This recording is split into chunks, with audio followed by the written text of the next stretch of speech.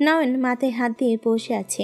মনে হচ্ছে এক আকাশ পরিমাণ হতাশা। বন্ধুর জীবনটা কি আর শান্তি পাবে না? এই একটি মহিলা তছনছ করে দিল মানুষটাকে। আবার আসবে জীবনে? ঈশানের নিরাপত্তা নিয়ে প্রশ্ন আসছে। যে করে হোক ছেলেটাকে নিরাপদে রাখতে হবে। একদিকে বন্ধু, অন্যদিকে ভাগ্নি। বিছানায় শুয়ে শুয়ে ভাবছে জীবনটা কি এভাবে যাবে? তবে আজ অসুস্থ হলো, বাবার মাথায় চিনতে এলো। মামা সব যেন বিপদে আছে, সারাক্ষণ দুশ্চিন্তার মাঝে কাটায়। সেদিন ছাদ থেকে নেমে মোনাকে গাড়ি করে বাড়ি পৌঁছে দিয়েছিল ইমরান। বেশ কিছুক্ষণ চুপ ছিল দুজনই। বাইরে বজ্রপাত, বৃষ্টির তাণ্ডব। এর মাঝে গাড়ি চালানো মুশকিল। একপাশে গাড়ি দাঁড় করালেই পারে। কিসের এত তাড়া? মোনা হাত ঘড়ি চেক করে দেখে, ঘড়িতে সন্ধ্যা 7টা। এতটা সময় কি করে পার হলো? খুব জোরে বজ্রপাত হতে গাড়ি একপাশে দাঁড় করালো। এবার এই ঝড়ে এখন গাড়ি চালানো মুশকিল। নীরবতা ভেঙে বলে উঠল, মোনালিসা, জি। তুমি খুব ভালো অন্যরকম একজন। ধারণা অনুযায়ী সবই বুঝো, তবে কেন এই ক্ষেত্রে অবুঝ হয়ে যাও? এত বোঝাচ্ছি তবুও কেন বিপদে ঝুঁকছো? হাত কসলাতে কসলাতে মোনা বলে উঠল, আমি জানি না, আমার আপনাকেই ভালো লাগে। আপনি সামনে আসলে আমার মনে হয় সব কিছু ঝাপসা। আমি জীবনে প্রথম কোনো পুরুষকে এত গভীরভাবে উপলব্ধি করেছি। ইনফ্যাচুয়েশন বুঝো? আপনি আমার ইনফরচুনেশন না, আমার ইমোশন। আচ্ছা ইমরান সাহেব, কখনোই কি সম্ভব নয় আমার আপনার সম্পর্ক? শান্ত চাহনি ইমরানের। কি অবলীলায় বলে ফেল এই মেয়ে। কোনো জড়তা নেই মুখে। মোনার বয়সটা অনেক সাহসের, অথচ ইমরান যা খুশি তা বলতে পারে না। কারণ তাকে ভাবতে হয় সমাজ নিয়ে, ছেলে নিয়ে, দীর্ঘদিনের গড়ে ওঠা সামাজিক সম্পর্ক নিয়ে। ফোনের আওয়াজে ধ্যান ভাঙল ইমরানের। পকেট ফোন বের করতেই ও পাশ থেকে প্রশ্ন এলো, মোনা তোর সাথে? নয়নের প্রশ্নে কিছুটা সাবধান হলো। মোনার দিকে তাকিয়ে দেখলো বাইরের গ্লাসে তাকিয়ে আছে। নিলিপ্ত উত্তর দিল। হুম। নয়নের স্বর গম্ভীর, বলে উঠল, বাসায় পৌঁছে দে, বাইক হচ্ছে। জয়নকে ফোন দিয়েছে, ওই মেয়ে কতক্ষণ মিথ্যা বলবে। ভাগ্যিস আমি ফোন দিয়ে সাবধান করে দিয়েছিলাম। আমাকে রবিন না বললে তো বুঝতেই পারতাম না। কপাল করে রবিনকে পেয়েছিস। ভাই যেভাবে চিন্তায় ছিল আর একটু হলে থানা পুলিশ করতো। রবিন তোকে কেন বলল? তুমি গাছে মুখ দিয়ে চলো, আমি আর রবিন না। রবিন জানে আমি সব জানি। ইমরান ঠোঁট কামড়ে বলল, ঠিক আছে, নামিয়ে দিয়ে কল করছি। ইমরান দু আঙ্গুলে কপাল ঘেঁষে স্টিয়ারিংয়ে হাত দিল। গাড়ি চলছে। মোনা ইমরানের দিকে তাকিয়ে বলল, কে ফোন দিয়েছে? স্বর গম্ভীর। কেউ না।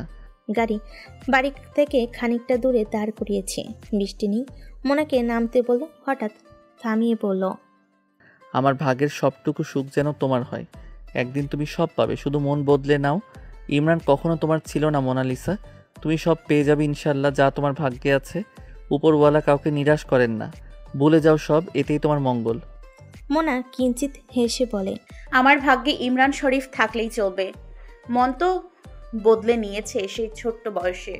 যাকে খুঁজেছি তাকে সঠিক সময়ে পেয়ে গিয়েছি, শুধু মানুষটা বুঝতে পারছে না। আসি, ভালো থাকবেন। ডল হাউজের বলগুলো নিয়ে খেলতে ব্যস্ত পুচকে নাহিয়া। নেচে নেচে কথা বলে। পঞ্চম শ্রেণীতে পড়ছে। মামি বিকেলের নাস্তা বানিয়ে দিয়েছে। মোনা আসবে শুনে রিক্তা অফিস থেকে ছুটি নিয়েছে। সাজানো গুছানো পরিপাটি এই বাড়ি। নানা নানি মারা যাবার পর রিক্তায় সমস্ত দায়িত্ব নিয়েছে। আপন বলতে শ্বশুরবাড়ির লোকেদের মধ্যে আছেই মোনা। আদুরে মুড়িয়ে রাখে ভাগ্নিকে। আসার সময় মোনার প্রিয় খাবারগুলো কিনে এনেছে। আজ রাতটা মোনা এখানে থাকার পরিকল্পনা করেছে। দুপুরের খাবারের মেনুতে ছিল মোনার প্রিয় মরক পোলাও, রূপচাঁদা মাছ, চিংড়ির মালাইকারি। মামির হাতের মরক পোলাও এর জুড়ি নেই। অনেকদিন পর তৃপ্তি নিয়ে মোনা খেলো। মামির সাথে খাবার নিয়ে গল্পের মাঝে বলল, মামি আমাকে শিখিয়ে দিও তো মোরগ পোলাও রান্না। এত তাড়াতাড়ি শিখে কি করবি শুনি? বিয়ে হলে তোমাদের জামাইকে খাওয়াবো। রিক্তা সজোরে হাসলো, গাল টেনে বলল, ওরে পাকা মেয়ে, আমাদের না খাইয়ে জামাইকে খাওয়ানোর চিন্তা। আগে কথা দিই আমাকে খাওয়াবি, তাহলে শেখাতে পারি। ওকে খাওয়াবো। প্রমিস? মামি, প্রমিস, খাওয়াবো বললাম তো। কলিং বেল বাজতেই নাহিয়া ছুটে গিয়ে দরজা খুলে দিল। বাবার ঘাড়ে চড়ে বসল। নয়ন ভেতরে ঢুকতে ঢুকতে বলল, কি ব্যাপার, বাসায় নাকি আজ মেহমান এসেছে? মোনা উঠে এসে মামাকে জড়িয়ে ধরল। রিক্তা ছুটে এসে বলল, এভাবে থাকো, একটা ছবি তুলি। কাঁধে এক মেয়ে, বুকে এক মেয়ে, আহা কি সুন্দর লাগছে। তোমাকে একটা গাছ মনে হচ্ছে। ছবি তোলা শেষে নয়ন সোফায় বসে বলল, দেখলি তো, খুশা দিতে তোর মামি ভুলে না, আমি নাকি গাছ। মোনা মামার পাশে বলল, গাছই তো, বট গাছ। সবাইকে ছায়া দিয়ে রক্ষা করো। কজনের এমন বট গাছ আছে? রিক্তা আর নয়ন দুজনই হেসে উঠল। এই মেয়েটাকে কি করে ভালো না বেসে থাকা যায়। দুষ্টমিতে সেরা হলো অনেক পোজদার। মোনা হঠাৎ উৎসুক হয়ে বলে উঠল, মামা জানো কি হয়েছে? মোনা দুহাত নেড়ে নেড়ে বলে, আজ আবার ওই জাবেদের সাথে দেখা রাস্তায়। বেচারার মুখটা শুকনো, আমাকে দেখে নাকে কাচ্ছে। সাথে ছিল দাদি। সুপার শপে গিয়েছিলাম দাদির সাথে। সামনে এগিয়ে এসে আমার সাথে কথা বলতে চাইলো। পেছনে দাদিকে দেখে উল্টো দৌড় দিয়েছে। ঘটনা তো এখানে শেষ হয়নি, মাত্র শুরু। কেনাকাটা শেষ করে বাসার দিকে আসার সময় দাদি আমাকে নিয়ে চলে গিয়েছে জাবেদের বাসায়। আমি তো অবাক। বাসায় গিয়ে সেই হাঁকটা, জাবেদের নানি বের হয়ে এসেছে। দুই বুড়ির ঝগড়া যদি দেখতে মামা, আমি হাসতে হাসতে গড়াগড়ি খাওয়ার বাকি ছিল। রিক্তা রীতিমতো হাসছে, কারণ একবার দেখেছে এদের ঝগড়ার সূত্রপাত হয়েছিল কচুর তরকারি দিয়ে। জাবেদের বাসায় কচুর তরকারি পাঠিয়েছিল মোনার দাদি। জাবেদের নানা খেয়ে প্রশংসা করেছিল সেই তরকারির। সেদিন থেকে জাবেদের নানি খেপে মোনার দাদিকে বলেছে, এই নূরজাহান, তুমি আমাকে বাসায় আর এসব পাড়াইবা না। দাদি তো অবাক হয়েই বলল, গলা ধরছিল কি কচুতে? আমি কি রানবার জানি না? মোর বাসায় অশান্তি লাইগা গেছে তোমার লাইগা, তাবিজ করার লাইগা এসব পাড়াও? নূরজাহান বেগম অবাক হয়ে প্রশ্ন করার আগেই কাজের মেয়ে সোলেমা হাসতে হাসতে বলে উঠল, ও দাদি, নানা আপনার বানানো তরকারি দিয়ে খেয়ে উঠে গেছে। নানি তরকারিটি দেখিয়ে বলেছে কুকুরকে দিয়ে দিতে। নানি তিতা করলা আর ধুন্দুল দিয়ে মুরগির তরকারি বানিয়েছে। এত তিতে তরকারি হয়েছে, খালুজান খালা আম্মাও খেতে পারেনি। এতটুকু বলেই হাসতে হাসতে লুটোপুটি খাচ্ছে সোলেমা। এদিকে জাবেদের নানি আরও খেপে সোলেমাকে কাজ থেকে বের করে দিয়েছে। সোলেমা মহাখুশি হয়ে বলে উঠল, আপনার আত্মার মাগফিরাত কামনা করি দাদি, আল্লাহ বাঁচিয়েছে। আপনাদের বাসায় কাজ করে এ অখাদ্য খাওয়া খেতে হয়। আপনার তরকারি কুত্তাকে দিয়েছিলাম, কুত্তাও দেখি খায়নি, মুখ দিয়েছিল, বেঁচে আছে কিনা খোঁজ লাগাতে হবে। এদিকে নূরজাহান বেগম হতভম্ব। সোফায় বসেছিল সালমা, রিক্তা। এদের তুমুল ঝগড়া সেদিন থামাতেই তুলকালাম অবস্থা। ভাবনা থেকে বের হয়ে মোনার কথায় মনোযোগ দিতেই মোনা বলল, শোনো না, হয়েছে কি, আমরা ওই বাসায় গিয়ে দেখি নানি গালে ফেস প্যাক লাগিয়েছে, তাও আবার মুসুর ডাল আর আদা। জীবনে শুনছো আদায় মুখের দাগ ওঠে? পরে আমি যখন গিয়ে বললাম নানি মুখ জ্বলে যাবে, আমাকে বলে আমি নাকি আমার দাদির মতো হিংসুক। পুনরায় ঝগড়া। শেষমেশ দাদি বলে এসেছে জাবেদকে যদি আমাদের আশেপাশে দেখে লাঠি মেরে লুলা বানায় দেবে। আর আজকেই এই কাজটা করছে। এখানে আসার আগে জাবেদ প্যান প্যান করে জ্বালাচ্ছিল বাসার গেটে দাঁড়িয়ে। দাদি দোতলা থেকে ওকে দেখে দাদা ভাইয়ের পুরান জুতা ফিক্কা মারছে। বেচারা ভয় গেছে। দাদা ভাইয়ের জুতাগুলার অনেক ওজন ছিল মামি, ব্যথা পাইছে মনে হয়। নয়ন হাসতে হাসতে চোখের কোণে আসা পানি মুছে বলে, খালাম্মা একটা জিনিস, দোতলা থেকে জুতা ফিক্কা মারতে টার্গেট পয়েন্টে লাগছে। হ্যাঁ মামা, একদম কোমর বরাবর পড়ছে। এদিকে মতি চাচা ওই জুতা নিয়ে দাদির দিকে তাকায় বলে। তখনও জাবেদ ব্যথায় কোকড়াতে দাঁড়িয়েছিল। এরপর দাদি আরেকটা জুতা ফিক্কা মেরে চাচাকে বলে। ততক্ষণে জাবেদ পগার পার। নয়ন আর রিক্তা হাসিতে লুটপাট।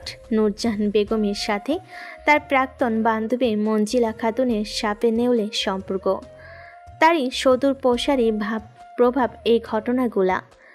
সাত পাহাড়ের শহর বা চিরন্তন শহর এই রোম। টাইবার নদীর তীরে অবস্থিত ঘন বসতি পূর্ণ এই শহরে আনাচে কানাচে রয়েছে ইতিহাস। ইউরোপের প্রাচীনতম নিরবিচ্ছিন্ন মানব বসতির সম্পূর্ণ শহর এটি। রোম সভ্যতা পৃথিবীর সবচেয়ে প্রাচীন সভ্যতা।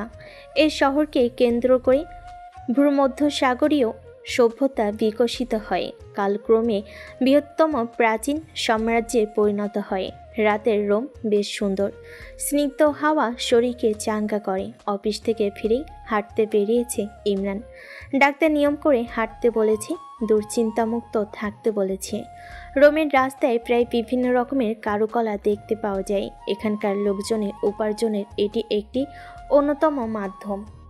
এক একজন এক এক রকম খেলা প্রদর্শন করে, কেউ বা নাচে অথবা গান করে। ফুটপাত ধরে হাঁটতেই চোখে পড়ল একজন মোহনীয় সুরে মাউথ অর্গান বাজাচ্ছে।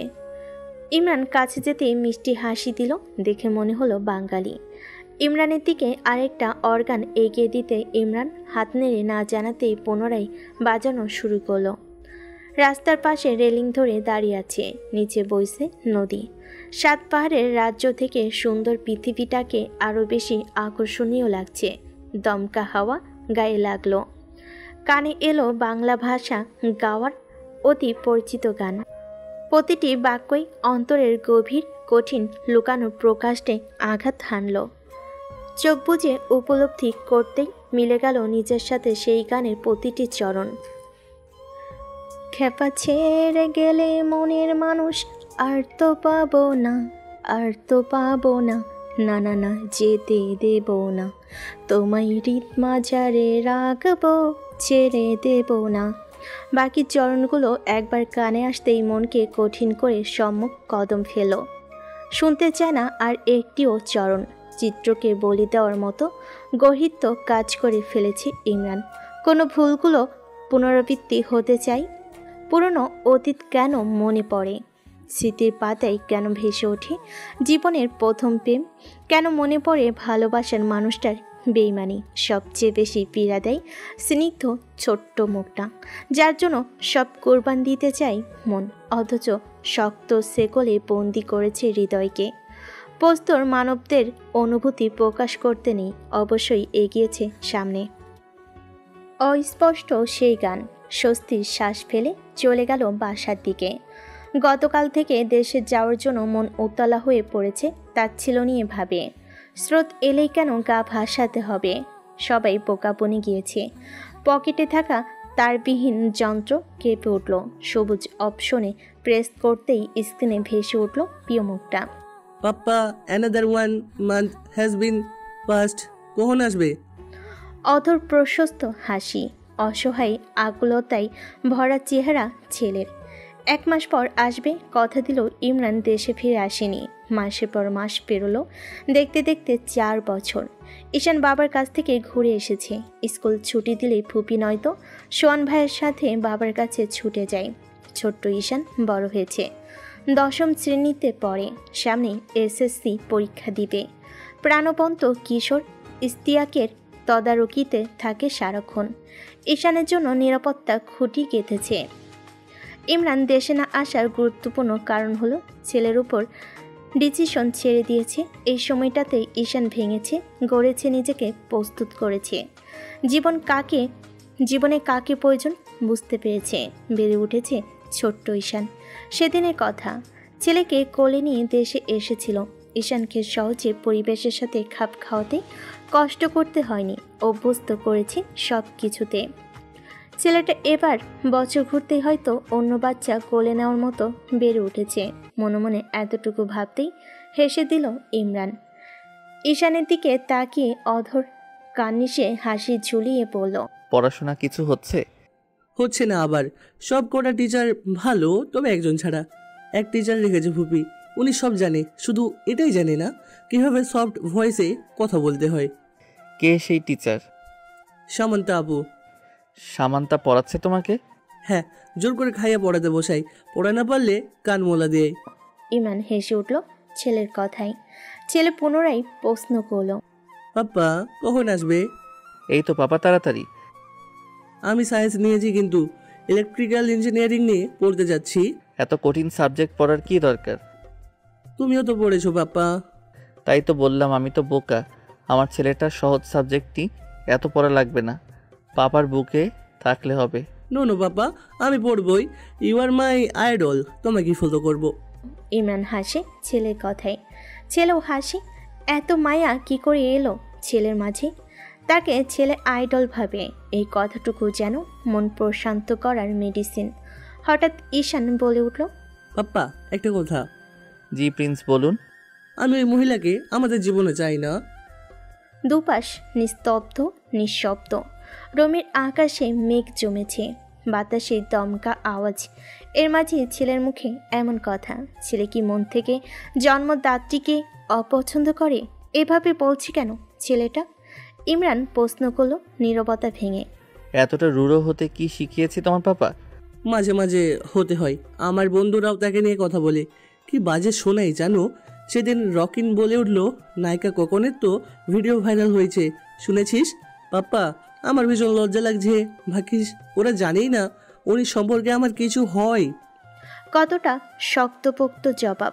বাস্তবতা অভিজ্ঞতা করা ছেলে এই ঈশান, নতুন করে শেখানোর মতো কিচ্ছু নেই। তোমার সাথে কথা হয়? দুপাশে মাথা নাড়ল ঈশান, অন্যদিকে মুখ করে আড়াল করলো অশ্রু। শক্তপোক্ত ছেলেটা কাঁদছে। ঈশান তাকাও আমার দিকে। ঈশান নাক টেনে বলে, পাপ্পা আমি তাকে রেসপেক্ট করতে পারি না জানো। তার গেট আপ দেখে আমি ভীষণ লজ্জা পাই। উইদাউট সব পোশাক পরে প্রায় সময় স্কুলের সামনে আসে। আমি কথা না বলে গাড়িতে উঠে আসি। একদিন কড়া করে বলেছিলাম স্কুলে যেন আমাকে ছেলে পরিচয় না দেয়। উনি আসলেই সবাই সেলফি তোলার জন্য ঘিরে ধরে। লজ্জা লাগে আমার ওনার সাজ দেখলে। ভাইরাল হওয়ার পর থেকে আমি নিজেই পালিয়ে বেড়াই। রবিন চাচ্চু না আসা পর্যন্ত গেট দিয়ে বেরিয়ে হই না।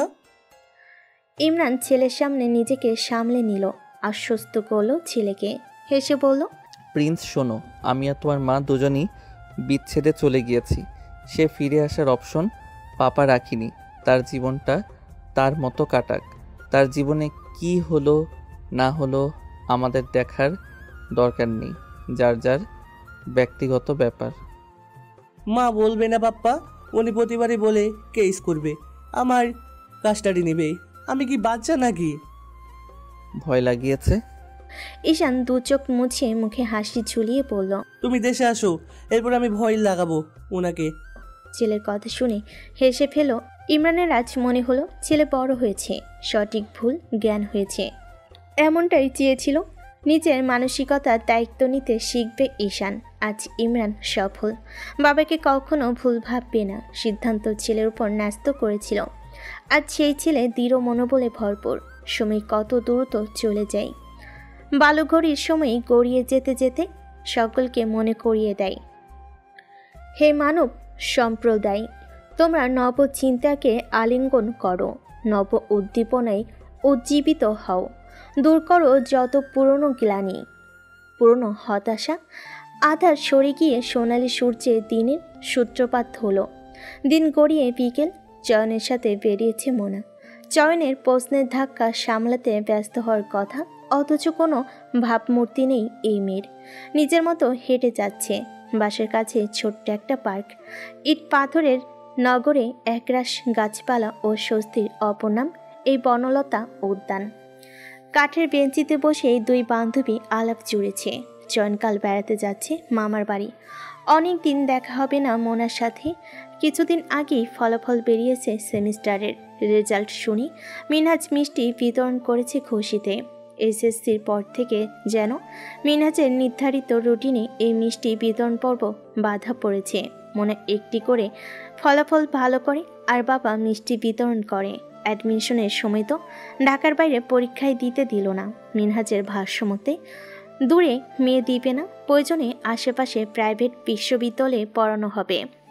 সৌভাগ্যক্রমে মোনার চান্স হয়ে যায় সেরা বিশ্ববিদ্যালয়ে। সবার বেড়ানোর জায়গা থাকলো মোনার গঞ্জি মামার বাসা, বিদ্যালয় এবং নিজের বাড়ি। চয়ন বিদায় নিয়ে চলে গেল। মোনার রাস্তা ধরল আপন পথে। এক পর্যায়ে দেখা রিমির সাথে। রিকশায় চড়ে রিমি যাচ্ছে। মোনাকে ডাকলো, একই রিকশায় চড়ে বসল, মোনাকে সামনে নামিয়ে দিল। সমস্ত রাস্তা ইমরান সম্পর্কে বলেছে, প্রতিটি কথাই স্বাভাবিক হওয়ার সত্ত্বেও ও মোনার মনে হলো রিমিকে মোনার বেশ অপছন্দ। চৈতি বা তামান্না দুজনেই পছন্দের তালিকায়, কিন্তু রিমির কথার ধাঁচ কেমন যেন। মোনা বিরক্ত। সময় পেরিয়ে যায়, তামান্নার বেবিটা বড় হয়েছে, তিহান সাদাব আগের মতোই আছে, চৈতিরও বিয়ে হয়েছে। চঞ্চল বন্ধু দলটা মোনাকে মিস করে। বাবার অফিসে আর তেমন যাওয়া হয় না। বাসায় এসে মোনা উপরের তলায় চলে এলো সরাসরি। 1 বছর হলো বাবা মেয়ে শিফট হয়েছে। খাবারের সময়টাতে সবাই দোতলার ডাইনিংয়ে বসে খাই। পোশাক বদলে সোফায় বসে টিভি চালো, পাশে থাকা মিন্নির সাথে বকবক করছে। এই পাখিটাই একাকিত্বের সঙ্গী। এখন মিন্নি কথা বলে। বাড়িতে প্রচুর মেহমান। আগামীকাল মায়ার ঘরোয়াভাবে বিয়ের আয়োজন করা হয়েছে, তুলে নেওয়া হবে কয়েক মাস পর। নিচে গিয়ে খেয়ে আসতে শরীর সাই দিচ্ছে না, ভাবছে একটুখানি নুডলস করে খাবে। মিন্নির সাথে বারান্দাতেই কিছুক্ষণ কথা বলল, খাওয়ালো। কলিং বেলটা বেজে উঠেছে, বাবা আসার সময় হয়নি। মোনা দরজা খুলতে দেখে চাচি। হালকা হেসে চাচিকে জায়গা দিল ভেতরে আসার। চাচি হেসে সোফায় বসলো, হাতে খাবারের থালা। মোনা মৃদু হেসে চোখ নাচিয়ে বলে, কি ব্যাপার চাচি, হঠাৎ আজ গরিবের কুটিরে? টেবিলের ওপর খাবার রেখে সালমা বলল, ভালো লাগছে না বাসায়, সব দিকে গেস্ট। তুই এসেছিস, জানালা দিয়ে দেখেছি, তাই চলে এলাম চুপি চুপি। ভালো করেছো। খাবার এনেছো কেন? এতক্ষণ অপেক্ষা করলাম, নিচে গেলি না। কেউ তো আর তোর খবর নেবে না এই ভিড়ের মাঝে। ভাবলাম হয়তো আজ যাবি না, তাই নিয়ে এলাম, খাইয়ে দেবো। মোনা চাচির আচরণে অবাক হয় না। ফুপির সাথে দূরত্ব বাড়তে বাড়তে চাচির সাথে গভীর হলো। মাথা ঝাঁকিয়ে খাইয়ে দিতে সায় দিল। সালমা হাত ধুয়ে পাশে বসে খাইয়ে দিতে দিতে জানালো, বিয়ে হয়েছে আজ 15 বছর, এখনো সন্তান হয়নি। আফসোস নেই, কষ্ট লাগে না। তোর চাচ্চু আমাকে চোখে হারাই। তোকে আমার বরাবরই অপছন্দ ছিল, সবাই আহ্লাদে ছিলি, অথচ কোল খালি আমার। ভাইয়া তোকে নিয়ে ওপরে আসার পরপরই কেমন যেন মন খারাপ লাগতে শুরু করলো। তুই আগে মাঝে সাঝে খোঁজ নিতি, এখন তো আমার কাছেই যাস না, নিচেও থাকিস না বেশিক্ষণ। কি হয়েছে? মোনা হেসে চাচির কোল ঘেঁষে বলল, কিছু হয়নি, কি হবে? এমনি যাইনি, ভার্সিটি থেকে ফিরে সময় পাই না। একদম মিথ্যা বলবি না, আমি দেখিনি সেদিন। ডায়েরিটা মায়ার ছিল, তুই হাতে তুলে ধরাতে মায়া খুব বকেছে। ডায়েরিতে কি ছিল আমি জানি, আমিও দেখে নিয়েছিলাম একবার, অনেক আগে। যদিও ব্যক্তিগত জিনিস, অপরাধ ধরা, তবে ক্রোধে তখন এমন করেছি, নতুন করে জানার কিছুই নেই। এইবারই সবাই জানে। বাদ দাও না চাচি। কেন বাদ দেবো? সামান্য একটা ডায়েরি নিয়ে তোকে সেদিন কত কথা শোনালো, চুপ করেছিলি কেন? তুই নাকি ও জানে পরাণের প্রাণ। তবে আমি বাড়ির বউ বলে চুপ করেছিলাম এত বছর।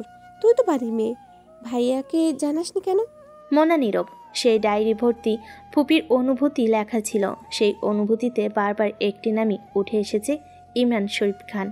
মোনা মনে করতে চায় না ইমরান সাহেব বিবাহিত। ব্যাপারটা মোনার জন্য খুবই লজ্জার। চাচির দিকে ফিরে মোনা প্রশ্ন করল, চাচি, ফুপি ইমরান সাহেবকে বিয়ে করলেই তো পারতো, করেনি কেন? সালমা হেসে বলে, মায়াকে আমার অপছন্দ করার অনেক কারণ আছে, তবে তোকে পছন্দ করার জন্য একটা কারণ যথেষ্ট। তুই যখন ইমরান ভাইয়াকে ইমরান সাহেব ডাকিস, মায়া ব্যাপারটা একদম ভালো নজরে দেখে না। এই কারণে সেদিন তোকে ওইভাবে বকেছে। যেখানে ইমরান ভাইয়ের কাছে কাকন ব্যতীত কোনো মেয়ে ঘেঁচতে পারেনি, সেখানে অনায়াসে তুই ওনাকে ইমরান সাহেব বলে মায়ের মাথা ব্যথা ধরিয়ে দিয়েছিস। আমি তো ছোট, সেই হিসেবে মজা করে ডাকি। ফুপি ব্যাপারটাকে কিভাবে দেখছে চাচি? মোনা হতভম্ব হয়ে চাচিকে প্রশ্ন করল, তবে কি ফুপি কিছু বুঝে গেল? শুকনো ঢোক গিলল মোনা। সালমা মোনার কথা তিরস্কার করে বলল, মায়া ইমরান ভাইয়ের ব্যাপারে বড্ড উন্মাদ। কতবার যে কাকন আর ভাইয়ের বিয়ে ভাঙতে চেয়েছিল, তখন আমার বিয়ে হয়নি। যেহেতু আমি আর মায়া বন্ধু ছিলাম, এই বাড়িতে আমার আনাগোনা ভালোই ছিল। বিয়ের আগে আমাদের গলায় গলায় ভাব ছিল।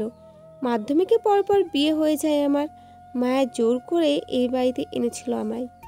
তো চাচুরও পছন্দ ছিলাম আমি। বিয়ের পরে মায়া তার ননদের সত্তা ফিরে আসে। মাইশা ভাবি ওকে সহ্য করলেও আমার ওকে কোনো কালেই সহ্য হতো না। এখন আমরা ওর জন্য একা স্বামী স্ত্রীর সময় কাটাতে পারিনি। যেখানে যাব মাঝখানে ঢুকে যেত। শপিং করলে সেম জিনিস ওর চাই। আমি কিছু খাবো, ওরও তাই খেতে হবে। সবার সামনে আমাকে আর ভাবিকে অপমান করে বলতো, আগে ভাইয়েরা আমার আবদার পূরণ করবে, এরপর তোমাদের। একই জয় খাটাতে চেয়েছিল ইমরান ভাইয়ের ওপর। হাত ধুয়ে পিছে পড়েছিল ওনার, লাভ হয় নাই। বড় ভাইয়া তো ও মেরেছে ওকে অনেক, এই কারণে ইমরান ভাইয়ের মুখের ওপর বারবার নাকচ করেছে। ইমরান ভাইয়ের মেহরবানি যে এখন ভদ্র ব্যবহার করে ওর সাথে। এখন এসব অনুভূতি মনের মাঝে লালন কি লাভ? ওনার স্ত্রীর সন্তান আছে। স্ত্রী কই পেলে? স্ত্রী না থাকলে সন্তান আসলো কিভাবে? হারে ছিল, ডিভোর্স হয়েছে সেই 17 বছর আগে। ঈশান হওয়ার 6 মাসের মাথায় তো ডিভোর্স হলো। কি?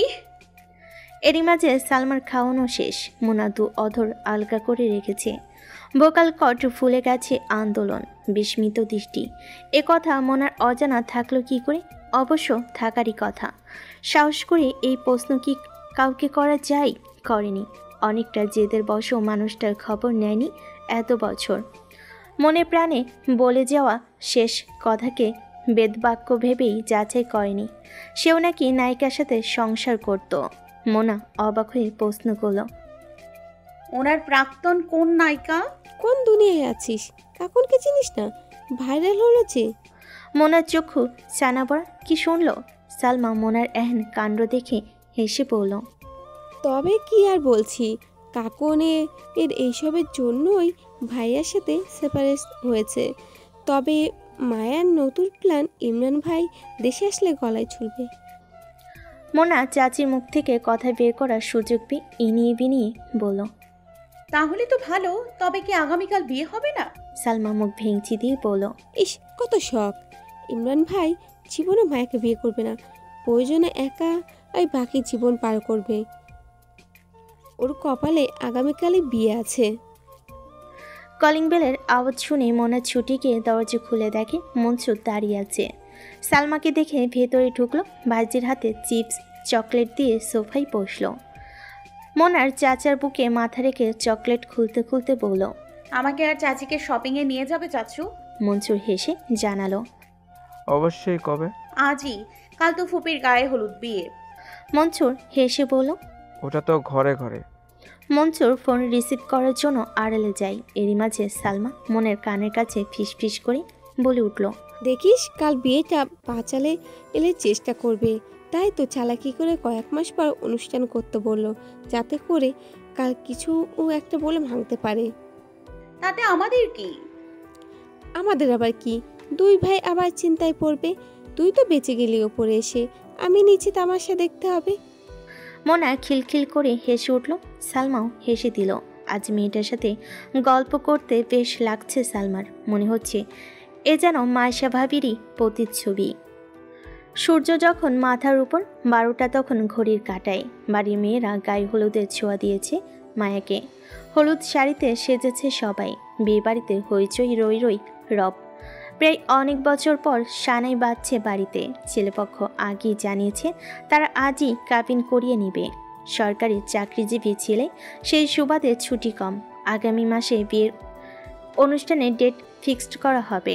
আজ বাড়ির সবাই প্রফুল্ল।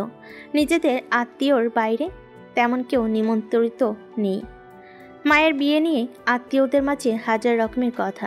এত দেরি করে বিয়ে হচ্ছে দেখে নাক সিটকানোর ব্যাপার তো আছেই। এই বয়সে মোনার মতো মেয়ে থাকতো, সেখানে সবেমাত্র বিয়ের পিড়িতে বসেছে। ব্যাপারটা অনেকের কাছেই ভালো ঠেকছে না। তাই আপাতত নিকট আত্মীয়রা এসেছে। দুপুরের পর মায়াকে নিয়ে পার্লারে চলে এলো সালমা এবং মোনা। সন্ধ্যায় মায়ের কাবিন। মায়ের সাজ শেষ হওয়ার আগেই মায়া ছটফট করছে।